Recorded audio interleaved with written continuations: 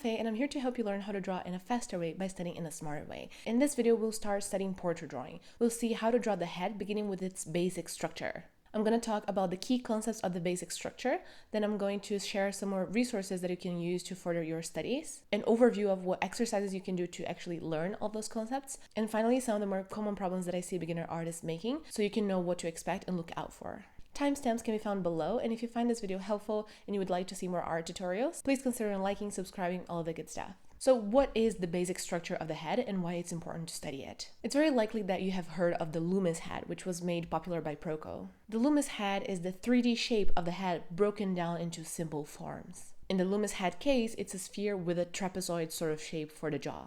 The reason why it's important to learn this tab is that it is fundamental that you understand what the head looks like in 3D so that you can rotate it around and manipulate it. Using a simplified version of the head rather than its actual 3D shape gives us a general guide that we can use to rotate it around.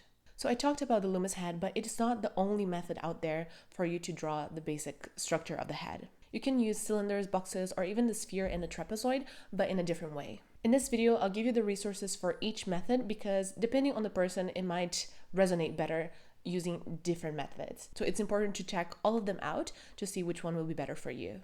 So now let's dive into the key concepts. There are a few basic things about the head that we need to know in order to create successful portrait drawings. We talked a bit about landmarks in figure, but they are important for portrait as well. In case you haven't watched it or you don't remember, landmarks are parts of the skeleton, in this case the skull, that are visible on the surface. They are very important to know because they'll serve as a guide of where the forms are supposed to start and end. For example, where does the trapezoid shape for the jaw start and end? So let's talk about each individual landmark, how you can identify it, and why they're important.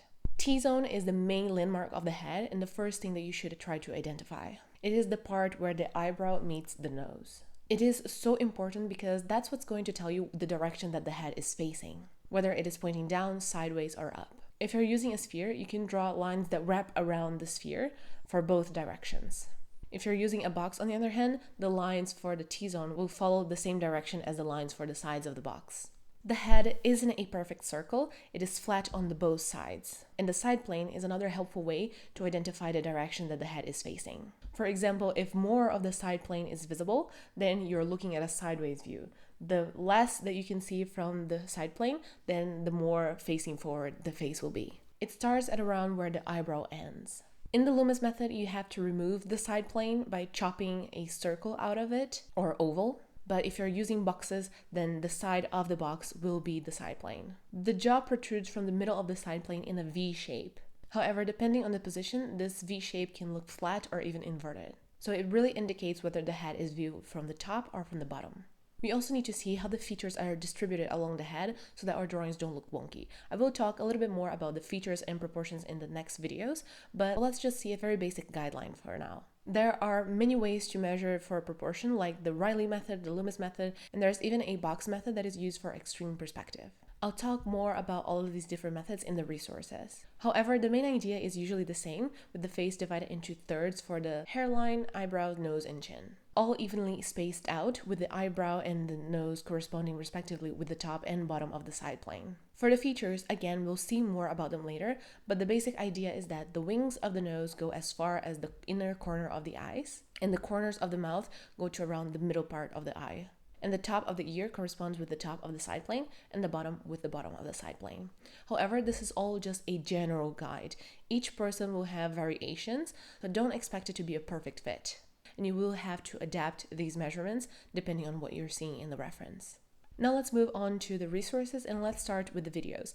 As promised, I have 3 different methods and I'm going to share videos on each one of them. So first, for the Loomis method, I have Proco, of course, and his video on how to draw the head from any angle. It is an amazing video with a great detailed explanation of the Loomis method, so if you want to learn about the Loomis method, check it out. For the Riley method, I recommend Art by Gallen's video. He really shows a detailed step-by-step on how you can build the Riley head. It's a little bit more complicated than the Loomis head, so it's important that it is very well detailed, and this video is. For proportion and construction of the head using the box method, there is AJAG2, I think that's how you say it, video, where he explains how you can use it.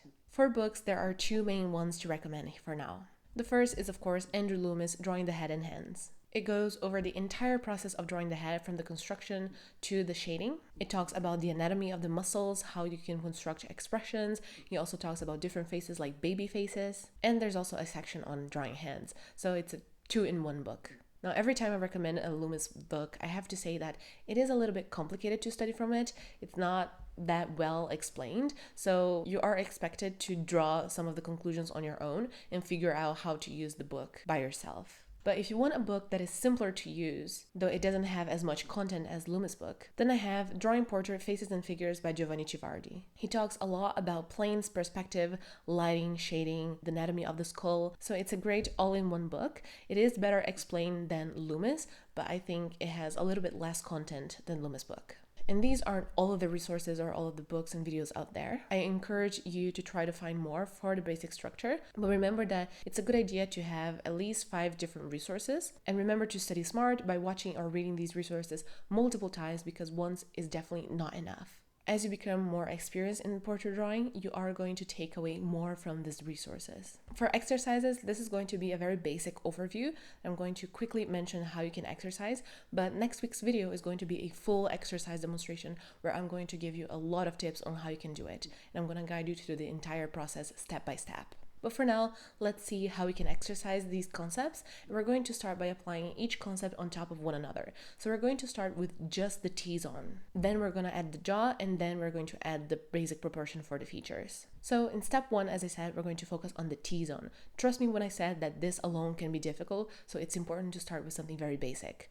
I before used to hate the Loomis method because I would dive right into the full basic structure and I would not be able to do it at all. So start simple and slowly add more detail and complexity. For now, worry about identifying the main mass of the cranium, where it starts and where it ends. So you can draw on top of references to become better able to identify where this mass of the cranium should be located. And then draw the lines for the eyebrows and for the nose. So the complete T-zone, and you know you've done it right if you can identify the direction that the head is facing, if it's the same with the reference.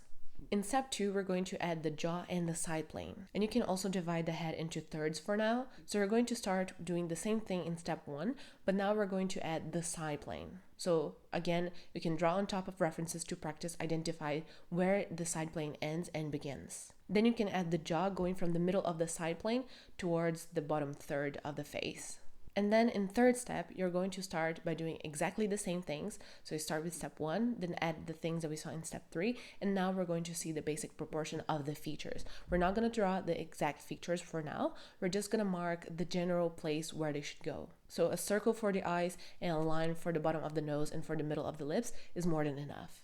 Remember how the wings of the nose go as far as the inner corner of the eyes and the corners of the mouth go as far as the middle of the eyes. However, remember that it's not because these steps are linear that you should study this way. I recommend doing 30 minutes of each step in one day and then cycling through them all over again, increasing the difficulty. This is the way to study smart. You can learn more about active learning in the cards here. So finally, let's see what are some of the more common problems that I've seen artists making and what you can do to fix it. The most common problem by far is not understanding where the forms are supposed to start and where they're supposed to end. Where is the ball for the cranium? Where does the side plane start and finish? This is something that will take time getting used to, but you can make it this time much shorter by actually studying and drawing on top of the reference. Do a lot of this to really familiarize yourself with where the forms are. However, remember that a guide is just that, a general idea. It is never going to be precise, and trying to get that out of a guide is only going to lead to frustration. Remember this, especially when you're drawing on top of references. You only need to find the approximate placing, and it is going to fluctuate from person to person. Now, if your proportions are too wrong, you are not measuring properly. I promise you, it's not that difficult to get a good-ish proportion. You just have to really observe and measure. Pay attention to how the features are related to the rest of the face and not have a tunnel visual and only look at one thing at a time. You can watch Proko's video on how to measure to see how to do it. I've already talked about this video in figure drawing, but it's important for portrait drawing as well. Now, if your drawings look wonky, another possible reason is that your lines are facing wrong directions. Certain lines of the face should all face the same direction because they're parallel to each other. Messing this relation is the certain way to make the face look wonky.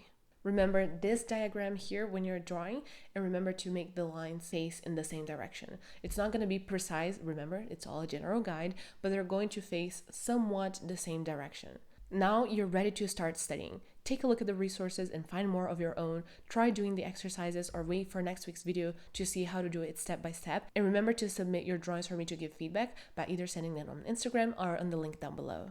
Anyways, if you have any questions or feedback, please leave them in the comments below. If you enjoyed this video, please consider sharing it with the other artists, liking, subscribing, all of the good stuff. And thank you so much for watching.